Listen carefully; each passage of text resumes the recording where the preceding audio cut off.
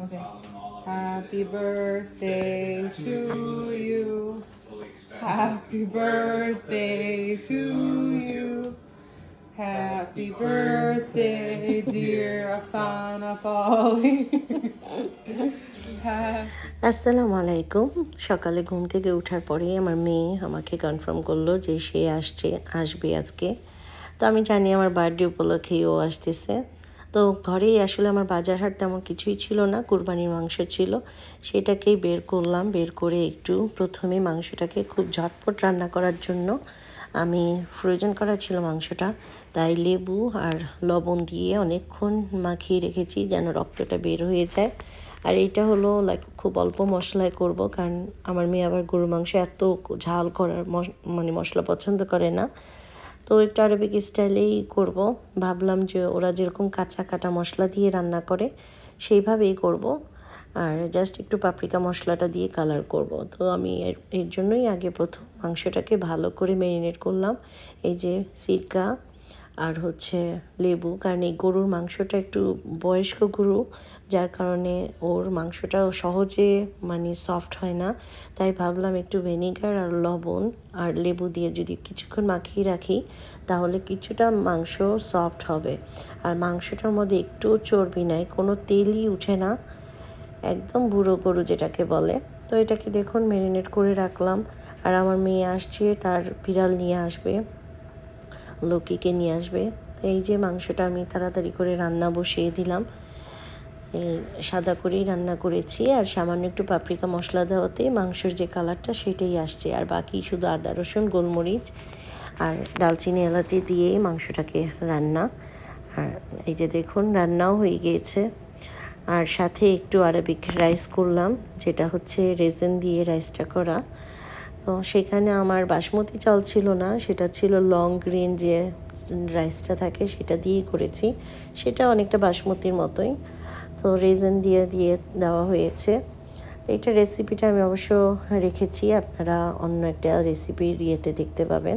আর এই যে লোকি চলে আসছে, লোকি আবার একটু ছেলে বিড়াল, ও তো লাস্ট টাইম আমি দেখিয়েছি আপনাকে, ও খুব অসুস্থ, এখনও খাবার দাবার স্পেশাল খাবার দাবার খায়। তো ও আসার সাথে সাথে লুনার খাবার লুকাতে হয়েছে।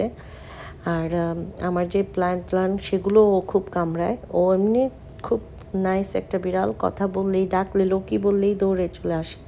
আর খুব আদর নেওয়ার জন্য মানে মাথাটা উঁচু করে দিবে, আদর নিতে এত পছন্দ তার। ওকে সহজে রাগানো যায় না, ও খুবই সফট ছেলে বিড়াল, কিন্তু লুনা দেখে এত জ্যালেস, মানে কি বলবো। ও তো লোকি তো দেখুন একদম মাথা নত করে আছে, আর লুনা তো ওরে বাপরে বাপ একদম টাইগার, সেরকম খ্যাক খ্যাক করছে, আর লোকি তো চুপ করে আছে। তো আমি এই যে কিছু মিষ্টি আমি হাতে বানিয়েছি, মিষ্টি যে রসগোল্লা প্রথমবার বানালাম, ভালোই হয়েছে। আর কিছু কাবাব আমার প্রয়োজন করা ছিল, সেগুলো বের করলাম। এই যে রাইস, একটু বিরিয়ানি ছিল। আর এই যে রাতের ডিনারের জন্য আমার মেয়ে আবার অনেক খাবার অর্ডার করেছে, কারণ যেহেতু আমার বার্থডে উপলক্ষে সারপ্রাইজ দিছে, আমাকে বলছে কিছু রান্না করো না। আর একটা এই যে সেই কেক বানালো, অনেক মজার একটা কেক, খুব সুন্দর করে কেকটা বানাইছে। আর সাথে এই যে দেখুন লেয়ার করে কেকটা বানালো। খুব সারা দিনটা খুব তাড়াতাড়ি চলে গেল। ও ছিল, ভিডিও দেখলাম, বাইরে বাজার করতে গেলাম, খাবার অর্ডার করলো, খাবার পিক আপ করলাম। এই যে কেকটা অনেক সুন্দর। তারপরে লাইট জ্বালিয়ে আমাকে হ্যাপি বার্থডে উইশ করলো, আর ফুলও নিয়ে আসছে। সব কিছুই দিনটা ভালোই গেল।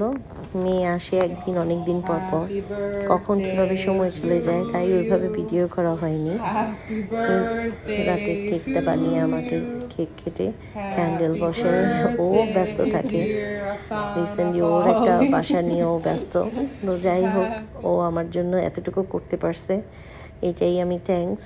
আর ভালো থাকুন সবাই, উইশ করেন আমাকে বলে বলে উইশিং নিচ্ছি, দুষ্টামি করে বললাম। আসলে সেরকম কিছু না, কেউ একটু ওরকম করে উইশ করলে ভালোই লাগে। আর এই যে লোকি চলে যাবে, তাই ও যেতে চাচ্ছিল না, মানে মায়া নিচ্ছে, ভালোই লাগে। বিড়াল তো আমার খুব পছন্দর, কিন্তু আমার লুনা সারাদিনে বের হয়নি। এখন ও চলে যাওয়ার পরে লোকির নাম নিলেই সে আমার সাথে রাগ হয়ে যায়।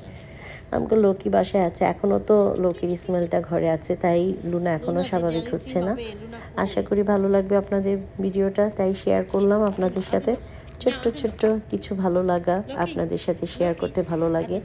আল্লাহ হাফেজ, ভালো থাকুন, আবার আসবো নতুন কোনো ভিডিও নিয়ে। আর আপনারা যদি লাইক করেন, সাথেই থাকুন, ভালো লাগে আপনাদের কাছে, তাহলেই নতুন নতুন ভিডিও দিতে আমারও উৎসাহ লাগে।